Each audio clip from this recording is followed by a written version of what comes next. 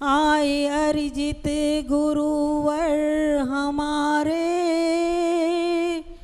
करो झुक झुक के बंधन सारे, कर जी भर के हम इनके दर्शन, कितने ऊंचे भाग्य हमारे। आए अरिजित गुरुवर हमारे, करो झुक झुक के बंधन सारे। अब हम मुनि श्री से निवेदन करेंगे, हे गुरुवर, आप अपनी मंगल वाणी से हमें प्रवचन देकर हमारे जीवन को सार्थक बनाएं। नमोस्तु महाराज। ओम नमः सिद्धेभ्यः।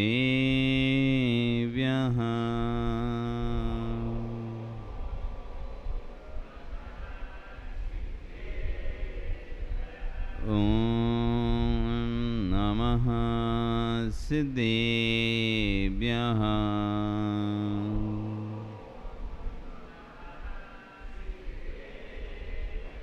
ओम नमः सिद्धेभ्यः।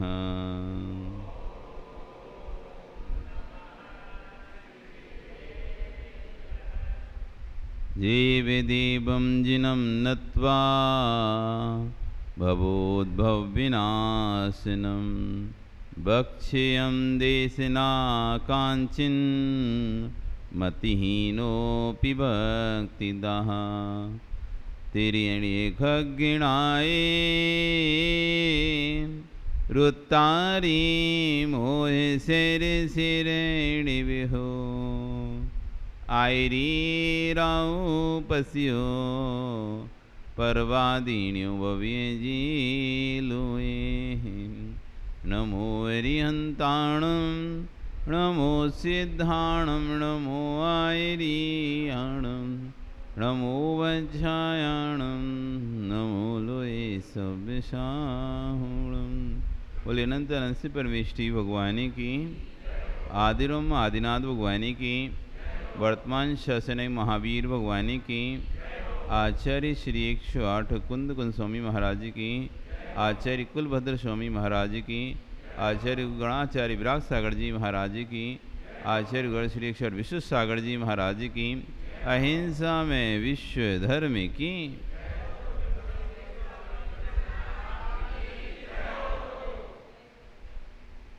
बंधु,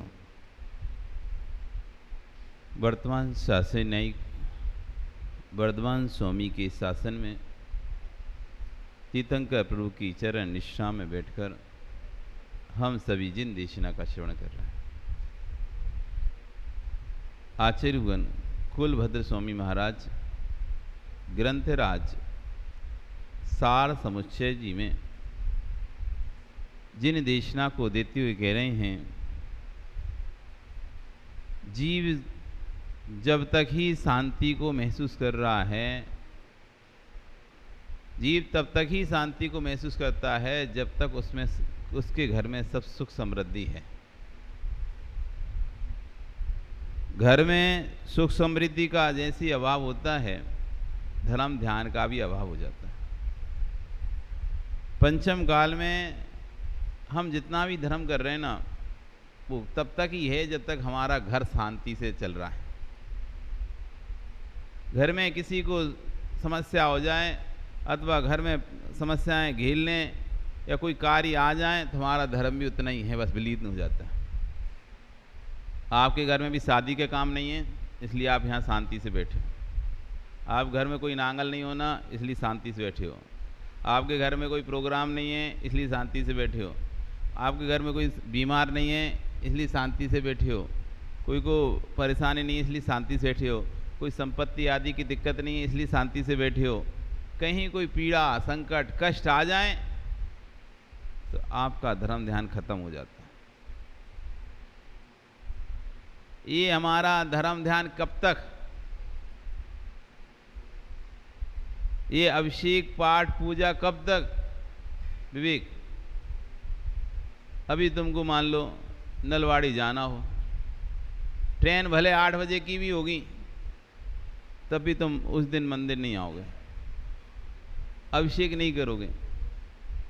क्यों? जाना है, जाना है, बाहर जाना है, बाहर जाना, ऐसा सोच कर दिन अभिषेक छोड़ दोगे, मंदिर छोड़ दोगे। घर में कोई काम होंगे, शादी ब्याह के काम होंगे तो माताओं आप सुबह जल्दी आना बंद कर दोगे।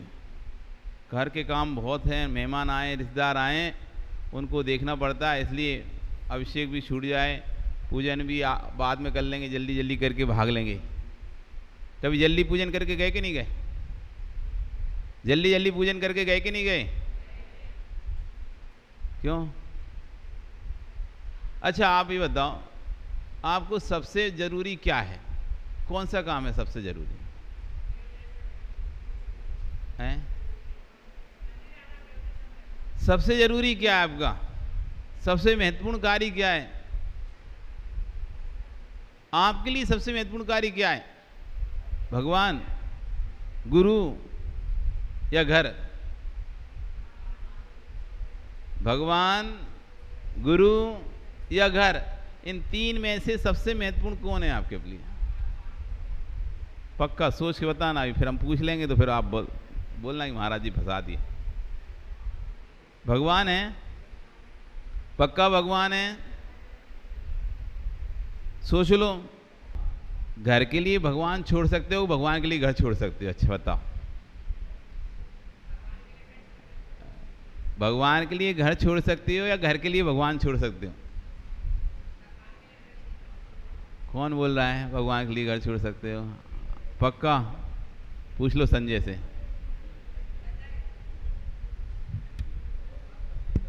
घर में काम आता है, घर में कोई कार्य होता है, दीपावली की सफाई आती दीपावली का समय आता है, तो आपके पूजन का समय बदलता है क्या? अभिषेक देखने का समय बदलता है क्या? घर में शादी ब्याह या कोई उत्सव आता है तो आपके पूजन आदि का समय, अभिषेक आदि का समय, आप आने का, मंदिर आने का समय बदल जाता है नहीं बदल जाता? कि वही रहता है? कहीं बाहर जाना होता है, कुछ करना होता है तो आपके समय बदल जाते हैं नहीं बदल जाते? आप समय के हिसाब से मंदिर आते हो, मंदिर के हिसाब से समय चयन करते हो? जितना समय है उस हिसाब से मंदिर, हर समय मंदिर में भगवान के वेदी पर एक सा ही समय देते हो या अलग अलग समय देते हो मंदिर में? कभी आधा घंटा, कभी 1 घंटा, कभी 15 मिनट, तो कभी 10 मिनट, कि हर समय एक सा 1 घंटे ही देते हो? कैसा करते हो? महत्वपूर्ण क्या है आपके लिए? जो चीज सबसे अधिक महत्वपूर्ण होती है उसमें से समय की कटौती नहीं की जाती। समय की कटौती वहाँ की जाती है जहाँ पर हमको लगता है कि चलो यहाँ कोई ज़्यादा इम्पोर्टेंट नहीं है, वहाँ हम समय की कटौती करते हैं। और जो हमारे लिए सबसे अधिक महत्वपूर्ण होता है वहाँ हम समय की कटौती नहीं करते। तो आप मंदिर के समय में से कटौती करते हो कि नहीं करते हो? इतना बताओ बस। आपके लिए भगवान महत्वपूर्ण नहीं है सब? आपके लिए जय कुमार जी करते हो नहीं करते आप? हैं? क्या बोल रहे हैं? हमेशा ही 12 महीने ही? कभी काम नहीं आया तुम्हें? कुछ काम नहीं पड़ा तो जल्दी करके नहीं गए किसी, भैया तुम संभालना, आज हमको जल्दी जाना है? ये रहते हैं। बहुत बढ़िया, अच्छी बात है, रहो। तो पर हम देखा जाए तो जब भी हमको कोई काम आता है, जब भी कोई आवश्यकता होती है, तो सबसे पहले हम ये देखते हैं कि मंदिर आज जल्दी करके आ जाना। किसी से भी बोलते हैं तुम जल्दी पूजन करके आ जाना, जल्दी मंदिर से आ जाना, घर में बहुत काम है। अथवा हम ही खुद सोच लेते हैं आज मंदिर से जल्दी आ जाएं, घर में बहुत काम है, बहुत कार्य है, और कुछ काम नहीं रहता, बाहर जाके आधा घंटे तो गप्पे कर लेते हैं और 15 मिनट घर में जाके ऐसे ही बैठे रहते हैं। कई लोग ऐसे देखे गए हैं जो मंदिर से जल्दी जाते हैं और रास्ते में आधा घंटा कोई मिल जाए तो गप्पे घर में उससे समय निकाल देते हैं। इसलिए भगवान महत्वपूर्ण नहीं है। ये भगवान हमारे लिए तब तक ही अच्छे हैं, जब तक ही अच्छे लग रहे हैं, जब तक हमारे पास सुख समृद्धि है। शांति से आप इसलिए बैठे हो कि घर में किसी प्रकार की समस्या नहीं है। जय कुमार जी, अभी घर से खबर आ जाए घर में आग लग गई, क्या करोगे? क्या करोगे? लगने दोगे कि दौड़ के जाओगे? 9 बजे तक जलने दो, 9 बजे के बाद बुझाएंगे। कैसे करोगे? सब कहने की बात है जय कुमार जी, सब कहने की बातें हैं। जैसे ही घर से खबर आएगी ना, तुम सब छोड़ छाड़ के भाग जाओगे। तुम अभी इतने धर्मात्मा नहीं हो पाए हो अभी धनंजय सेठ जैसे कि बेटे को सांप ने काट लिया,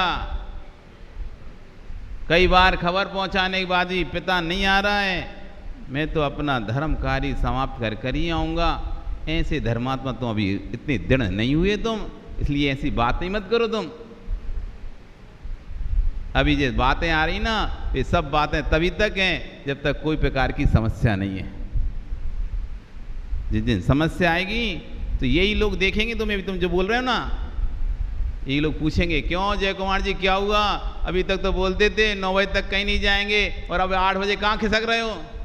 तब तुम कहोगे अरे नहीं, वो बेटे की माँ की तबीयत बहुत ज़्यादा खराब है, उसको लेके डॉक्टर के पास जाना है।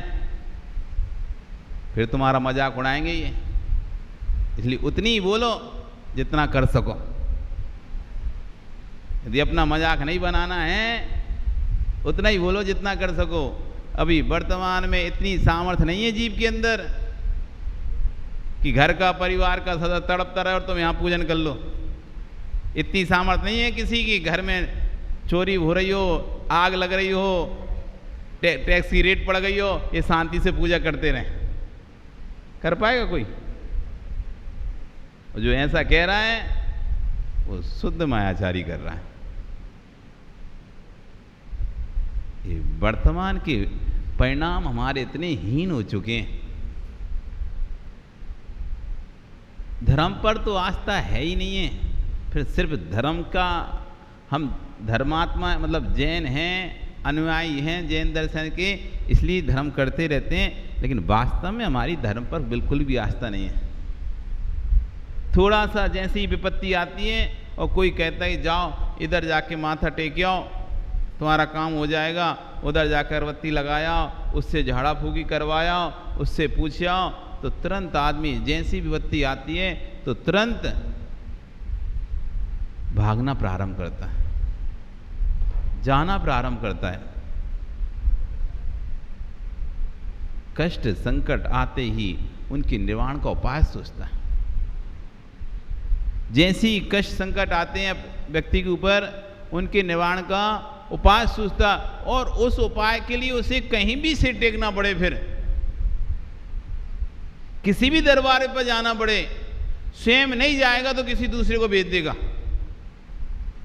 यदि उसने नियम ले लिया है मेरा कुदेव का त्याग है, मैं कुदेवों को नहीं पूछता है, किसी ऐसी तरह नहीं जाऊंगा, तो स्वयं ना जाकर अपने बेटे को बोलेगा तू चला जा, अपने मित्र को बोलेगा तुम जाके पूछ के आओ तो भैया एक बार उनसे कैसे क्या होगा। इतना दृढ़ नहीं है कि जिस पर भगवान पर अकाट आस्था हो। धनंजय जैसी बेटे को सर्प ने काट लिया, घर से खबर आ रही है जल्दी आओ, बेटे को डॉक्टर के पास लेके जाना है, सांप ने काट लिया है। धनंजय भक्त की पूजा कर रहे हैं और उनका नियम था कि जब तक मैं भगवान की भक्ति करूंगा, पूजा करूंगा, मेरा घर का त्याग होगा, मेरा घर का त्याग है, मैं अपने घर नहीं जाऊंगा जब तक मैं भगवान की भक्ति करूंगा तब तक। ऐसा दृढ़ नियम था। अब बार बार खबर आने पर भी वो तो अपनी पूजा में लगे हुए हैं। आखिर में पत्नी को गुस्सा आ जाता है, और गुस्सा आ जाता है और बेटे को लाकर वहीं मंदिर में उस जहाँ वो पूजन कर रहा था वहीं पटक देती है। लो कर लो पूजा।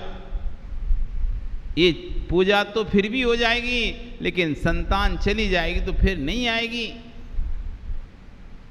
ऐसे में मोतीलाल जी क्या करोगे आप? धनंजय कवि अपनी पूजा में लीन है, सोच रहा है काम पुरुषार्थ का फल तो जा चुका है, अब इसके राग में मैं धर्म पुरुषार्थ को नहीं छोड़ सकता। और वह अपनी पूजन भक्ति करता है और करने के बाद देखता है बाद में पुत्र को, तो पुत्र पूरा नीला पड़ चुका था।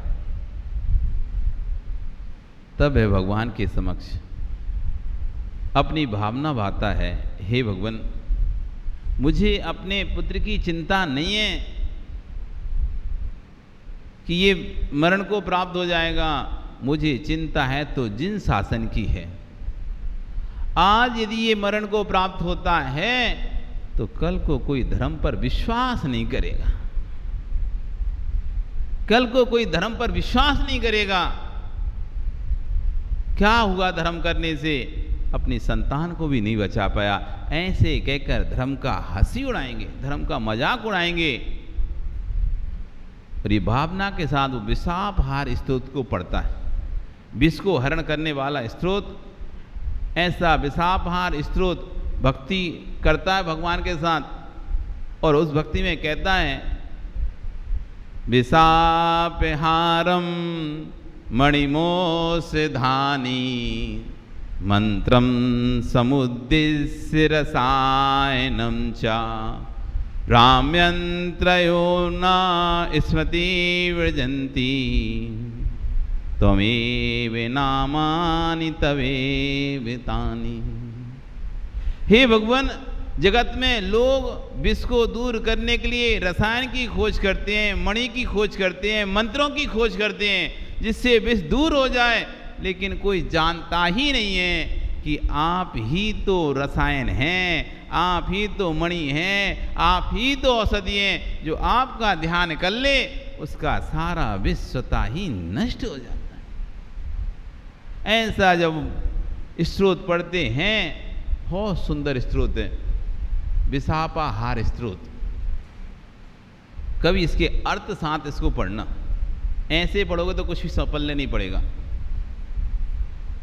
ऐसे पढ़ोगे तो कुछ भी समझ नहीं आएगा क्या पढ़ रहे हो।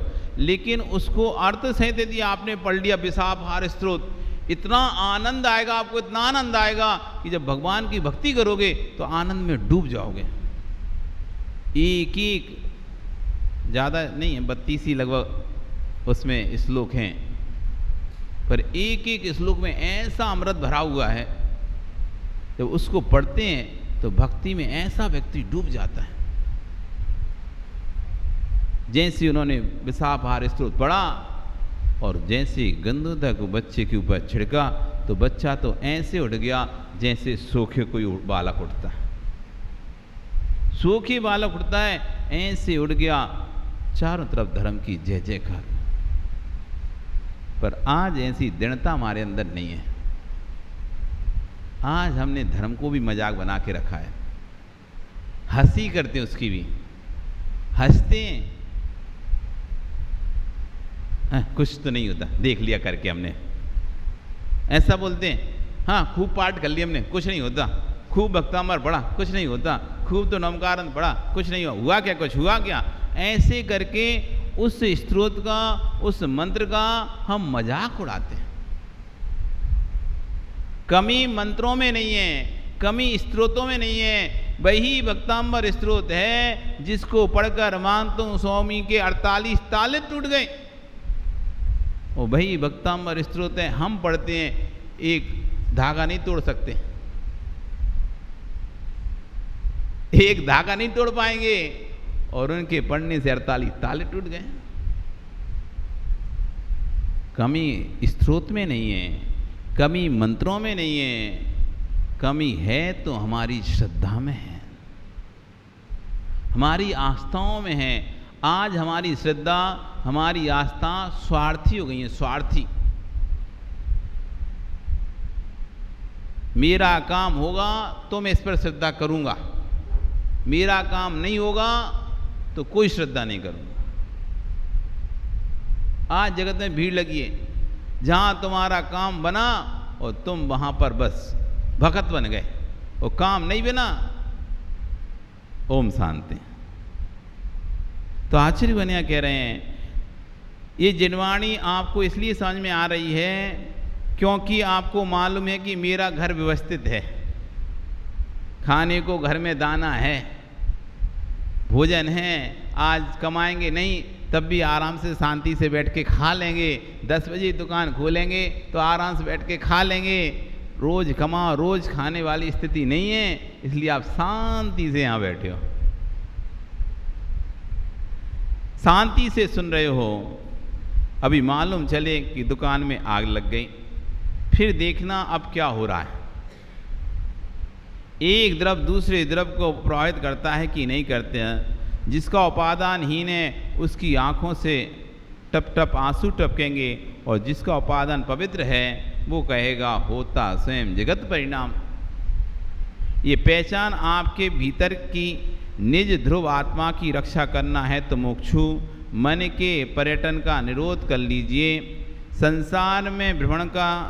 संसार के भ्रमण से निज आत्मा की रक्षा करना है तो मन के भ्रमण को बस कीजिए। जिसने मन को अपने बस में कर लिया उसने मोक्ष को अपने बस में कर लिया। संपूर्ण जैन दर्शन बस एक चीज को नियंत्रण करने में है, इंद्रियों को नियंत्रण मत करो। आदमी इंद्रियों को नियंत्रण में लगाए, आंख बंद कर ले, मैं देखूंगा नहीं किसी को, मैं देखूंगा नहीं किसी को तो मेरे परिणाम ही खराब नहीं होंगे, मैं देखूंगा नहीं तो खराब देखूंगा नहीं तो परिणाम खराब नहीं होंगे, मैं सुनूंगा नहीं तो मेरे परिणाम खराब नहीं होंगे। इंद्रियों को बस में मत करो। जो इंद्रियों को संचालित कर रहा है, जो इंद्रियों को संचालित कर रहा है, ऐसे मन को बस में कर लो। आपने मन को बस में कर लिया तो सामने शुभ चित्र क्या, अशुभ चित्र क्या, कैसा भी चित्र आ जाएगा, आपके भाव विकारी नहीं होंगे। और आंखों को बस में भी कर लो, आंखों को बंद भी कर लो और मन को बस में नहीं किया तो क्या अंधों की संतानें नहीं होती क्या? अंधे लोगों की संतानें नहीं होती क्या? होती है ना। आंखों के होने से मात्र विकार नहीं होता। आंख नहीं है तब भी विकारी भाव आ रहे नहीं आ रहे। तो इसलिए आचार्य कहते हैं कि आंखों को इंद्रियों को बस में मत करो, राजेश बस में करना है तो मन को कर लो। ये मन ही तो बस में नहीं हो रहा। ये मन जिस दिन बस में हो जाए सो रसना इंद्रिय पर कंट्रोल हो जाए, ये मन बस में हो जाए तो घ्राण इंद्रिय पर कंट्रोल हो जाए, मन बस में हो जाए तो चक्षु इंद्रिय पर कंट्रोल हो जाए, मन बस में हो जाए तो कर्ण इंद्रिय पर नियंत्रण हो जाए, मन बस में हो जाए तो स्पर्शन इंद्रिय पर नियंत्रण हो जाए।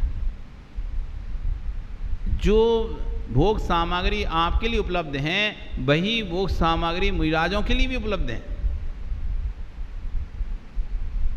जो वस्तु आप भोग करते हैं वही सामग्री उनके लिए भोग लिए उपलब्ध हैं, लेकिन उन्होंने अपने मन को नियंत्रित किया और उन भोग सामग्री को छोड़ दिया। और आप उसी मन को नियंत्रित नहीं कर पा रहे, इसलिए भोग सामग्री नहीं छोड़ पाए। आप भी जीवित रहते हैं और हम भी जीवित रहते हैं। आप भी जिंदा है कि नहीं है और हम भी जिंदा है कि नहीं? आप भी स्वस्थ हैं, हम भी स्वस्थ हैं कि नहीं है? आप स्वस्थ हैं, हम स्वस्थ हैं कि नहीं? हम भी स्वस्थ हैं, आप भी स्वस्थ हैं, आप भी जीवित हैं, हम भी जीवित हैं। हम नहीं खाते ना आलू, हम नहीं खाते प्याज, हम नहीं खाते लहसुन, क्या हमको कुछ बिगड़ा का मारा? हम कोई भी अभक्ष जमीकंद नहीं खाते तो क्या हम कमजोर हो गए, बीमार हो गए? नहीं हुए ना। हम रात में भोजन नहीं करते तो क्या हम बीमार हो गए? पर आप क्यों नहीं छोड़ पा रहे? क्या आप रात में भोजन छोड़ दोगे तो बीमार पड़ जाओगे, मर जाओगे? जमीकंद छोड़ दोगे तो जीना मुश्किल हो जाएगा? क्या होगा? फिर क्यों नहीं छूट रहे हमसे? ना जमीकंद छूट पा रहा है, ना रात्रि भोजन छूट पा रहा है, क्यों नहीं छूट रहा है? यदि उसको खाने से ही जीवित रहते फिर दिगंबर में तो जीवित ही नहीं रह सकते थे। ये तो एक बार भोजन करते हैं, आप तो फिर भी 2 बार भोजन करो दिन में, 3 बार करो दिन में भोजन, 10 बार पानी पियो। जब ये 1 बार पानी पीकर जीवित रह सकते हैं तो हम सिर्फ दिन में पानी पीकर जीवित क्यों नहीं रह सकते? ये तो दिन भर पानी नहीं पीते, दिन में 1 बार पानी पीते हैं। रात की पानी की तो बात ही छोड़ दो, दिन में भी 1 ही बार पानी पीना है। जब दिन में 1 बार पानी पीकर जीवित रह सकते हैं तो हम नियम ले सकते हैं ना, हम दिन में ही पानी पिएंगे, रात में कुछ भी नहीं खाएंगे। क्या ऐसा, क्या आप मर जाओगे, बीमार पड़ जाओगे, अस्वस्थ हो जाओगे? कुछ नहीं होगे, लेकिन फिर भी क्यों नहीं छोड़ पा रहे? क्योंकि मन नियंत्रण में नहीं है। मन नियंत्रण में नहीं है तो रसना इंद्रिय नियंत्रण में नहीं है।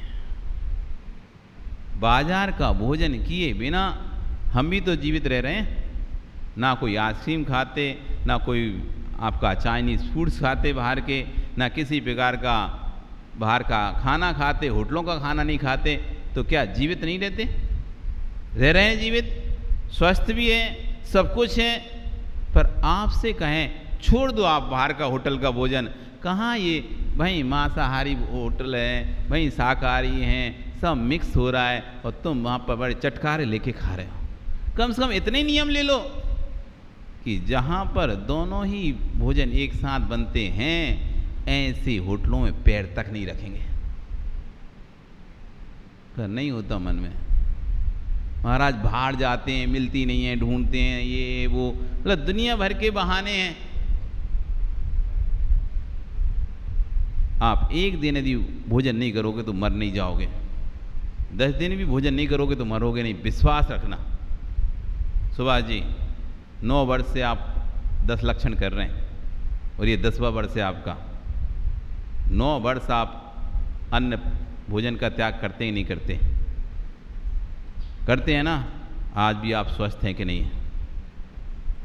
10 दिन भी भोजन छोड़ते हैं तो ऐसा तो नहीं कि कुछ नहीं लगता, 1-2 दिन लगता है, 4-5 दिन बाद फिर ठीक है, चलता है आराम से।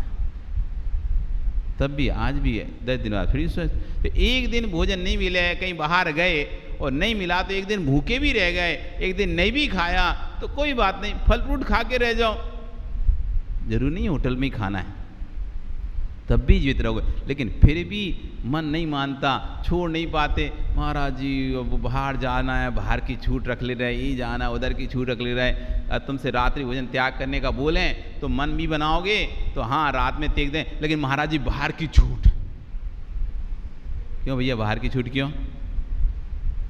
बार बार जाना पड़ता है रात में, क्यों खाना पड़ता है? उसके खाए बिना आप जिंदा नहीं रहोगे बाहर? उसके खाए बिना क्या आपके रिश्ते नहीं चलेंगे, संबंध नहीं चलेंगे? लोग कहते हैं रिश्तेदारी में खाना पड़ता है, नातेदारी में खाना पड़ता है, लोग अरे तो क्या आप रात में भोजन त्याग कर दोगे तो रिश्तेदारी समाप्त हो जाएगी आपकी? लोग आपसे रिश्ता तोड़ देंगे, क्या करेंगे? कि आपकी पूछ परख कम हो जाएगी, आपको लोग बुलाना कम कर देंगे। ऐसा क्या होगा जिससे तुम डरते हो और रात में भोजन नहीं छोड़ पाते? सिर्फ मन का एक वहम है हमारा, मन की कमजोरी हमारी। ये मन हमारा तीर्थ दिन हो जाए ना, जिस दिन छोटा बच्चा बड़ा बच्चा कुछ नहीं होता, अभी तो दादा बोलते हैं अरे अभी छोड़ना ही रात में भोजन, अभी तुम्हें बड़ा होना है, अभी तो और बहुत सारे काम बाहर इधर उधर, तो तुम डर के मारे नहीं छोड़ पा रहे। लेकिन तुम दिन हो जाओगे अंदर में, रात में नहीं खाना मतलब नहीं खाना। अब चाहे कुछ भी हो, बड़े हों चाहे हों, कहीं भी जाएं, लेकिन रात्रि भोजन तो त्याग है। नहीं मिलेगा तो भूखे रह जाएंगे, लेकिन रात में नहीं खाएंगे। जिस दिन ये मन में ऐसी दृढ़ता आ जाएगी, उस दिन देखना आपको हर चीज सरल लगेगी।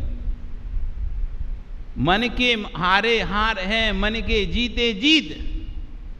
मन के हारे हार है, मन के जीते जीत। आप दिन जिस दिन मान लेते हो कि आज मुझे भोजन नहीं करना, दुनिया की ताकत आपको भोजन नहीं करा सकती। उस दिन उपवास करते तो दिनता निश्चित करते ही नहीं करते। फिर कोई भी कितना भी सामग्री सामने लेके आ जाए, अच्छे अच्छे पकवान भी बना के लेके आपके सामने आ जाए, लेकिन आपने अंदर से दिन हो गए हो कि आज तो मेरा चारों प्रकार के आहार का त्याग है, आज तो मेरा उपवास है, फिर तो कोई कितनी भी सामग्री अच्छी अच्छी बना के सामने भी लाएगा तो आपको खाने की इच्छा नहीं होगी, क्योंकि आपने अपने मन को पूर्ण रूप से नियंत्रित कर लिया है। इसलिए मन पर नियंत्रित करो, इंद्रियों पे नियंत्रण मत करो। इंद्रियों पे नियंत्रण कर लिया और मन पे नहीं किया तो वैसी स्थिति होगी, सामने वस्तु रखिए और बार बार खाने की इच्छा होगी। अब खा सकते नहीं है लेकिन खाने की इच्छा होगी। बहुत सी बार ऐसा होता है ना कि खाने की इच्छा तो बहुत है लेकिन खा नहीं सकते, अभी सब लोग साथ में हैं। कुछ करने की इच्छा होता है भी, अभी लोग मर्यादा के कारण से आदमी नहीं कर पाता, अथवा समय नहीं है भी करने का इसलिए नहीं कर पाता, लेकिन करना तो चाहता है, खाना चाहता है। तो सिर्फ उसने इंद्रियों को रोका है, मन को नहीं रोका है। तो मन में को जिसने, मन के पर्यटन को, मन के भ्रमण को जिसने अपने बस में कर लिया है, गति अगति गत्यागति का जो परिणमन चल रहा है, नाना वानियों का जो भ्रमण चल रहा है, नाना भवों का जो कारण है, उसका नाम है मन। इसलिए सिर्फ पंचेंद्रिय जीव ही संसार भ्रमण को बंद कर सकता है। एक इंद्रिय से लेकर 4 इंद्रिय तक के जीव संसार भ्रमण को नहीं रोक सकते। एक इंद्रिय से लेकर 4 इंद्रिय तक के जीव, असंगी पंचेंद्रिय जीव संसार भ्रमण को नाश नहीं कर सकते, क्योंकि उनके पास मन नहीं है। इंद्रियां तो हैं लेकिन मन नहीं है, इसलिए वो संसार का भ्रमण नष्ट नहीं कर सकते। सिर्फ संगी पंचेंद्रिय जीव ही एक ऐसा जीव है जो संसार परिभ्रमण का क्षय कर सकता है। क्यों? क्योंकि उसके पास मन है। जिसके पास मन है वही हे उपादेय का विवेक रखता है। हान उपादान उपेक्षा, 3 चीज होती हैं। जो मन सहित जीव होता है उसके अंदर जब उसे ज्ञान होता है तो उसके पास 3 ऑप्शन आते हैं। जब तक आपको वस्तु का ज्ञान नहीं होता तब तक आपको अज्ञान रहता है, और जैसे ही अब तीर्थ तुम्हें मन समझ में आया कि हाँ हम छोड़ सकते हैं, अब 3 बातें तुम्हारे सामने आएंगी। अब हमारी बात को सुनकर 3 विकल्प तुम्हारे अंदर उठेंगे, हान उपादान उपेक्षा। आपकी बात को मानूं या आपकी बात को नहीं मानूं। हमें महाराज की बात को मानना है, एक ऑप्शन उठेगा, या दूसरी ऑप्शन उठेगा हमें महाराज की बात नहीं मानना, या फिर तीसरा ऑप्शन उठेगा छोड़ो देखेंगे जैसा चलने दो, अभी चल रहा है ऐसा। उपेक्षा, हान यानी ग्रहण कर, हान यानी छोड़ना, उपादान यानी ग्रहण करना, और उपेक्षा यानी उपेक्षा कर देना उसकी। तो कोई भी व्यक्ति, जब हमको किसी व्यक्ति के बारे में पता चलता है, किसी वस्तु के बारे में पता चलता है, ज्ञान होता है उस व्यक्ति के बारे में, तो हमें लगता है कि इसको हम या तो बुला लें अथवा भगा दें अथवा न्यूट्रल रह जाएं। ये ज्ञान का फल है। हान उपादान उपेक्षा क्या है महेश जी? ग्रहण करना, छोड़ना अथवा उससे मध्यस्थ हो जाना। किसी व्यक्ति के बारे में आपने जैसे ही जाना तो या तो आप उसको अपने पास बुला लोगे, नहीं तो अपने से भगा दोगे, नहीं तो मध्यस्थ हो जाओगे। और क्या होगा चौथा बताओ? पास बुलाओगे, भगा दोगे, नहीं तो क्या होगे? मध्यस्थ हो जाओगे। ये 3 ही फल हैं ज्ञान के। तो आप इतनी जिनवाणी सुन रहे, जिनवाणी सुनने के बाद जो ज्ञान हो रहा है आपको, उससे 3 फल आपके अंदर प्रकट होंगे, हान उपादान उपेक्षा। या तो आप रात्रि भोजन छोड़ दोगे अथवा नहीं छोड़ोगे। ठीक है, महाराजों का काम तो बोलने का है, वे तो बोलते रहते हैं। उपेक्षा, उनको क्या, खुद तो छोड़ दिए अब सबको छुड़वाना चाहते हैं। धीरे धीरे वो अभी रात्रि भोजन छुड़वाएंगे तो फिर धीरे धीरे कपड़े और छुड़वाने लगेंगे, तो इनका क्या करना। इसलिए उपेक्षा। तो 3 ऑप्शन बनेंगे। पर भवातीत होना है तो भव साथ दे देगा। मुक्षु इस शरीर से पूजा कर सकता है कि नहीं कर सकते? इस शरीर से पाप कर सकते हैं कि नहीं कर सकते? प्रश्न कर रहे हैं आपसे। इस शरीर से पूजा कर सकते हैं, इस शरीर से पुण्य कर सकते हैं, इस शरीर से पाप कर सकते हैं नहीं कर सकते? शरीर पुण्य कराता है कि पाप कराता है? क्या कराता है विवेक? विवेक से बताना। शरीर पुण्य कराता है कि पाप?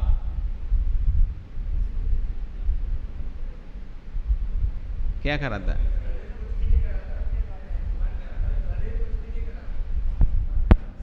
शरीर से पुण्य नहीं होता,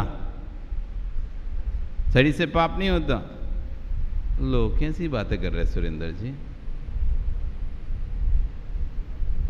शरीर से पुण्य नहीं होगा, फिर ये तो आपका काय योग व्यर्थ हो जाएगा। मन वचन काय 3 बातें आप बोलते हो, तो फिर काय कहाँ जाएगी? मन वचन काय ऐसा बोलते हैं ना, क्या बोलते हैं राजेश? मन से, वचन से, काय से मैं भगवान आपकी आराधना करता हूँ।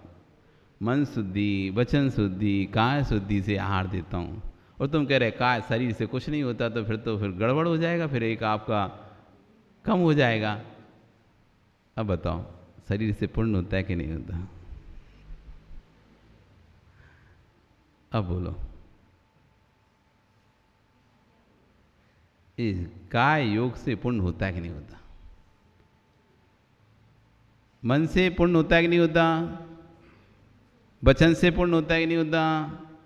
काय से पुण्य होता है कि नहीं होता? मन वचन काय सुना तो है ना? 3 नाम सुनने नहीं सुने कि मनोज सुने? क्या क्या सुने? मन से, वचन से, काय से। आप बोलते ना दूसरे से मेरे द्वारा कोई गलती हुई है तो क्षमा करना। तो काय से तो जब कोई गलती होती नहीं तो क्षमा काय की मांगते? तो मतलब काय से गलती होती है, इसका मतलब जब क्षमा मांगते हो आप मन से, वचन से, काय से, इसका मतलब कि काय से गलतियां होती हैं। तो जब काय से गलतियां होती हैं तो मतलब काय से पाप होता है। जब काय से पाप होता है इसका मतलब काय से पुण्य भी होता है। क्या बोलते हो? ऐसे नहीं कहने, तर्क दो क्यों नहीं होता? फिर हम तो तर्क दे रहे हैं। नव कोटि से जीवों की हिंसा का त्याग होता है, नव कोटि से पुण्य होता है। मन वचन काय कृत कार्य तन्मोदना, 3 × 3 9। जितना प्रतिक्रमण है, जितना प्राश्चित सब में बोला जाता है मन वचन काय, और तुम कह रहे काय नहीं। तो क्यों नहीं है? हेतु दे दो। हाँ, तो फिर ज्ञान नहीं है तो ऐसा सीधा मना भी नहीं कर सकते। फिर मना सीधा वही कर पाएगा जिसके पास उस विषय का तर्क होगा। आगम में एक तर्क मतलब जैन दर्शन प्रतिज्ञा होती है और प्रतिज्ञा की हानि होती है। प्रतिज्ञा यानी हमने कोई बात कही, उसे कहते हैं प्रतिज्ञा। अब उस बात को सिद्ध, प्रतिज्ञा को सिद्ध करा जाता है तर्क से। यदि आप अपनी बात को तर्क से सिद्ध नहीं कर गए तो आपकी प्रतिज्ञा की हानि हो गई। यानी आपने जो बोला उसके, आपको उस बात को सिद्ध करने का कोई प्रूफ नहीं है आपके पास, मतलब आप उस बात के बारे में नहीं जानते। इसका मतलब यदि जानते होते तो ही यदि आप तर्क रख पाते, सिद्ध कर पाते, और यदि नहीं जानते तो फिर आप ऐसा नहीं कह सकते हाँ जो मैं कह रहा हूं वही सही है, हैं? नहीं, यदि हम किसी विषय के बारे में पूरा नहीं जानते तो फिर हम ये शब्द नहीं कह सकते कि हाँ मैं जो कह रहा हूं वही सत्य है, क्योंकि जब हम उसके बारे में जानते नहीं हैं, हो सकता है जो हम जानते नहीं हैं वो पहलू सामने वाले को पता हो, तो हम तो गड़बड़ हो जाएगा। हम ये बात तभी कह सकते हैं कि मैं पूर्ण सत्य हूं जब मैं किसी विषय के संपूर्ण पहलुओं को जानता हूं। जब हम किसी वस्तु के संपूर्ण पहलुओं को जानते हैं तब हम कह पाते हैं कि हाँ हम पूर्ण सत्य हैं। और जब तक हम किसी विषय के संपूर्ण पहलुओं को नहीं जानते तो हम अधूरे सत्य हैं, पूर्ण सत्य नहीं है। इसलिए केवली भगवान ही पूर्ण सत्य है, केवली भगवान ही पूर्ण सत्य हैं। हम तो अधूरे सत्य हैं, हम तो एक पक्ष की दृष्टि से सत्य हैं। एक नगर में एक हाथी निकला, वहां पर किसी ने हाथी नहीं देखा था तो लोगों में भीड़ लगी हाथी देखने के लिए। और उस नगर में 4-5 अंधे लोग रहते थे। अब उनका भी जब सब देखने जा रहे थे हाथी, तो उनका ही मन हो गया हाथी देखने का, तो वो भी दौड़ पड़े। अब ये हाथी कैसे देखेंगे अंधे? गोलू, अंधे हाथी कैसे देखेंगे बताओ? अंधे लोग हाथी कैसे देखेंगे? पर उन्हें हाथी देखना है। हाँ माँ क्या बोली? हाथ से देखेंगे, इस पर सिंधी से टटो के देखेंगे कि कैसा है हाथी। तो 5 अंधे पहुंच गए हाथी देखने। तो एक ने उसके पेट पे हाथ लगाया, ओह बढ़िया चबूतरे जैसा लग रहा है ये तो हाथी। एक ने उसके पैर पकड़ लिया, अरे यार ये तो खम्मा जैसा दिख रहा है, बड़ा सा मोटा सा खम्मा जैसा। एक ने उसकी पूंछ पकड़ ली, अरे तो रस्सी जैसा दिख रहा है हाथी तो। एक ने उसके कान पकड़ लिए, अरे ये तो सूपे जैसा दिख रहा है हाथी तो। एक ने उसकी सूंड पकड़ ली, अरे ये तो मूसल जैसा दिख रहा है ऊपर से ऐसे लंबी। बढ़िया, सब खुश हैं। हाथी देखा कि मूसल जैसा हाथी होता है, एक कह रहा है रस्सी जैसा हाथी होता है, एक कह रहा है खम्मे जैसा, एक कह रहा है चबूतरे जैसा, एक कह रहा है सूपा जैसा। बढ़िया खुश होकर ये चबूतरे पे आकर बैठ गए और बड़े खुश थे कि आज हमने हाथी देखा। अब चर्चा तो होती है, तो कह रहे हाथी तो बढ़िया चबूतरे जैसे लग रहा था। दूसरे झूठ मत बोल, हाथी तो खम्मे जैसा था। तो तीसरे कहा झूठ नहीं बोलो, हाथी तो रस्सी के जैसा था। तो चौथा कह रहा झूठ नहीं बोलो, हाथी तो भैया सूपे के जैसा था। तो 5वां कहता तुम सारे लोग पागल हो, झूठ बोल रहे हो, हाथी तो मूसल के जैसा। पागल बना रहे तुम मुझे। अरे 5 लड़ रहे हैं, बताओ महेश जी निर्णय करो, हाथी कैसा था? खम्मे के जैसा था, मूसल के जैसा था, रस्सी के जैसा था, सूपे के जैसा था या चबूतरे के जैसा था? कैसा था हाथी? आपको निर्णय के लिए बिठा लाए सुभाष जी, आपको निर्णय के लिए बिठा दिया। अब आप क्या निर्णय दोगे, हाथी कैसा है? सुरेंद्र जी आप ही बताओ कैसा था हाथी?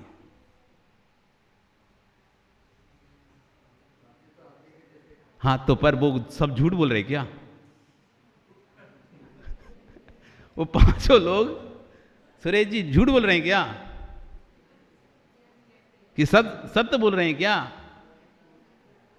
सत्य बोल रहे हैं क्या वो लोग? हाथी ऐसा है क्या जैसा वो लोग बोल रहे हैं? संजय सत्य बोल रहे हैं वो लोग? सत्य बोल रहे हैं क्या?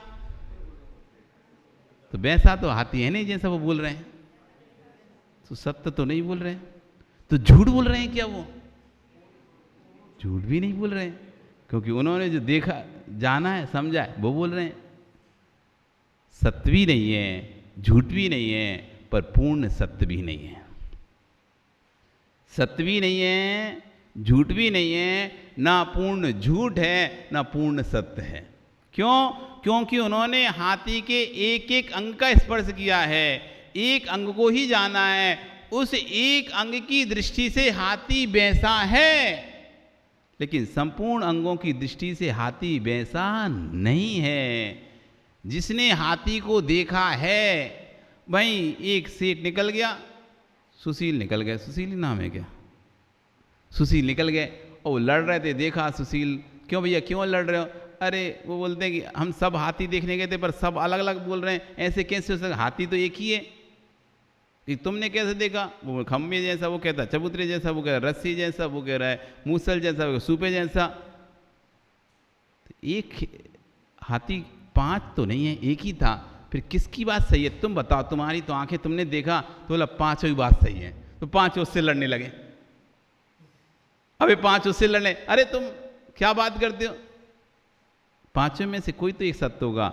नहीं, 5 ही सत्य हैं। तुम 5 मिल जाओ एक साथ, 5 मिल जाओ तो हाथी बन जाएगा पूरा। पेट की अपेक्षा हाथी चबूतरे जैसा था, पैरों की अपेक्षा हाथी खम्भे जैसा था, पूंछ की अपेक्षा हाथी रस्सी जैसा था, कान की अपेक्षा हाथी सूपे जैसा था, सूंड की अपेक्षा हाथी मूसल जैसा था। इन सबको मिला लो, ये हो गया हाथी। तो जिसने हाथी देखा है वो बताएगा वास्तविक हाथी कैसा है, लेकिन जिसने हाथी के एक एक भाग को देखा है वो वास्तविक हाथी को नहीं बता पाएगा। ऐसे जिसने तत्व के संपूर्ण तथ्यों का ज्ञान किया है, उसका सर्वांगीण ज्ञान किया है, वही बता पाएगा कि वस्तु ऐसी ही है, और जिसने संपूर्ण तत्वों का ज्ञान नहीं किया वो बोल पाएगा वस्तु ऐसी भी है। अंतर है दोनों में। ऐसी ही है और ऐसी भी है, ही और भी का खेल है बस सारा। ही से भी की ओर लड़ाई है ही में, और समझौता है भी में। लड़ाई है ही में, ऐसा ही होगा, मैंने जो बोल दिया ऐसा ही होगा, बस लड़ाई शुरू। ऐसा भी कीजिए, समझौता। आप कर रहे हैं वैसा भी कीजिए और ऐसा भी कीजिए, ये समझौता हो गया। और ऐसा ही होगा, झगड़ा हो गया। और लोगों की क्या सहमति नहीं है क्या? और लोगों का कोई मंतव्य नहीं है? तुमने बोल दिया कि ऐसा ही होगा तो फिर ऐसा ही होगा। जब आप मंतव्य रखें ऐसा भी होना चाहिए तो समझौता है, और ऐसा ही होना चाहिए सो झगड़ा। तो जब किसी तत्व का हमको संपूर्ण ज्ञान नहीं हो तो हमको बोलना चाहिए ऐसा भी हो सकता है, ऐसा ही है। ऐसा तभी बोल पाएंगे जब संपूर्ण तत्व का हमको ज्ञान होगा। मन शरीर पाप करा, भूल तो नहीं गए?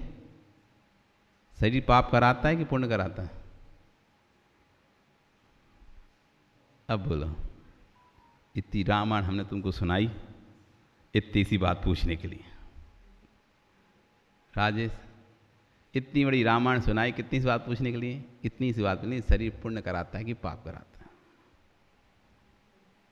अब बताओ क्या कराता है? चलो एक काम करते हैं, आपको समय दे देते हैं, है ना, सोचने का। अच्छे से सोच लो आज, और आज आपका समय भी हो गया, तो अच्छे से सोचो और कल सोच के बताना। हम कल यहाँ से फिर से चर्चा करेंगे। शरीर पुण्य कराता है, ये शरीर पाप कराता है। बोली भगवान महावीर स्वामी की।